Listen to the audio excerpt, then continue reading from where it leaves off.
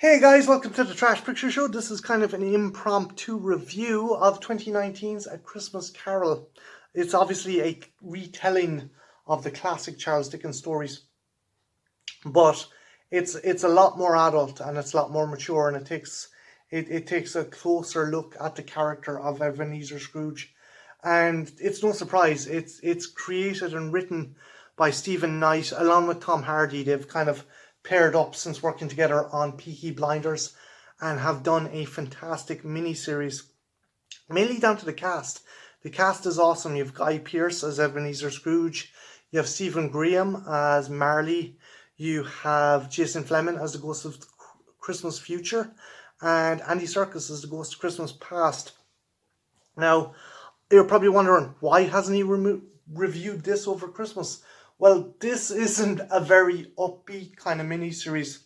It is a retelling of the classic Charles Dickens story of Scrooge, but the tone and elements it's focusing on is very dark. It goes more into the horror aspect of the Dickensian kind of story, but also deals with some very kind of heavy themes such as child labour, prostitution, and child abuse.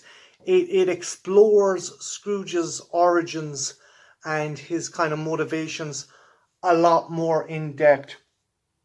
And Guy Pearce's performance is fantastic. You really get the feeling that Scrooge is a byproduct of his raising. It explains but never excuses. There's a lot of shitty things that Scrooge does. For example, he sleeps with Bob Cratchit. Well, he doesn't sleep. He propositions Bob Cratchit's wife, not because he's attracted to her. He doesn't even end up sleeping with her. He just wants to see that everyone is just as mean and dour and kind of, as he calls it, the human animal.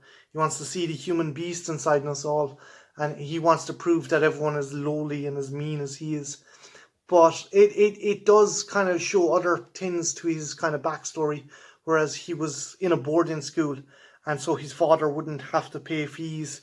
He let the principal abuse Ebenezer, and it's thanks to his sister Lottie that he was saved, and the small glimmer of humanity he has is because of his sister, and she ends up manifesting as the Ghost of Christmas Present. But the cast is really, really good. You also have Andy Serkis as the Ghost of Christmas Past, and it's strange, the guys of the Ghost of Christmas Past, if you've watched any of the modern kind of Christmas Carol movies, he is the beardy chap. He is the beardy kind of paganistic druid character with the ring of holly around his head and the big beard. But that's usually presented for the Ghost of Christmas Present. But in this, it's a Ghost of Christmas Past, and there's something very primordial about this character, and he has an insight into kind of older things and older spirits, and he's the one who decides to try and bring Scrooge on this trail of redemption. The whole thing is actually kind of started off by Marley, who cannot rest. Marley is it's like he's buried alive. He's not alive. He's just totally conscious in his coffin, and he can't sleep. So he rings a bell and ends up in purgatory. And the chains, the origin of the chains are very cool, because each link is a person that died in a mine that both him and Scrooge bought, and it collapsed. To save money, they took out the particular type of wooden beams to keep the structure of the mine intact, and it caused like the deaths of 80, 90 men, women, and children. So that's what the chains are. They're the souls of everyone that has died as a result of Marley's kind of inhumanity, and Marley is given the insurmountable task of basically trying to save Scrooge's soul, and he's like, oh, for fuck's sake, there's no saving him. He's beyond saving, and Stephen Graham gives a fantastic performance. He's probably my favorite character out of it. The best character not my favorite, but one of the best characters and best representations of the ghosts from A Christmas Carol is Jason Fleming's The Ghost of Christmas Future. He is terrifying. He's like something out of a Blumhouse horror movie. He's long and gangly, and he has a big top hat, and his mouth is so it's shut. And there's an interesting point.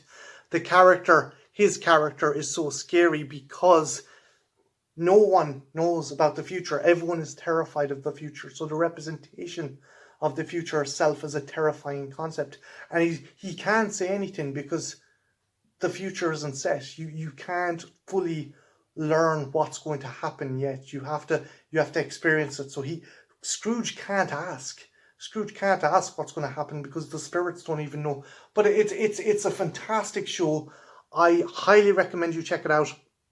Again, this is not for kids. This is not a family-friendly version of A Christmas Carol. This is a very bleak, down and dour, and definitely leads into the more darker aspects of the Dickensian kind of society of, like, you know, child labour and forced kind of labour, and just it's really, really dark and dour kind of look at A Christmas Carol. But it is really good because there is a happy ending to a point. One thing I enjoyed, and this is a wee bit of a spoiler. Now, this could be just me, but the other versions of A Christmas Carol, they've always fully redeemed Ebenezer Scrooge.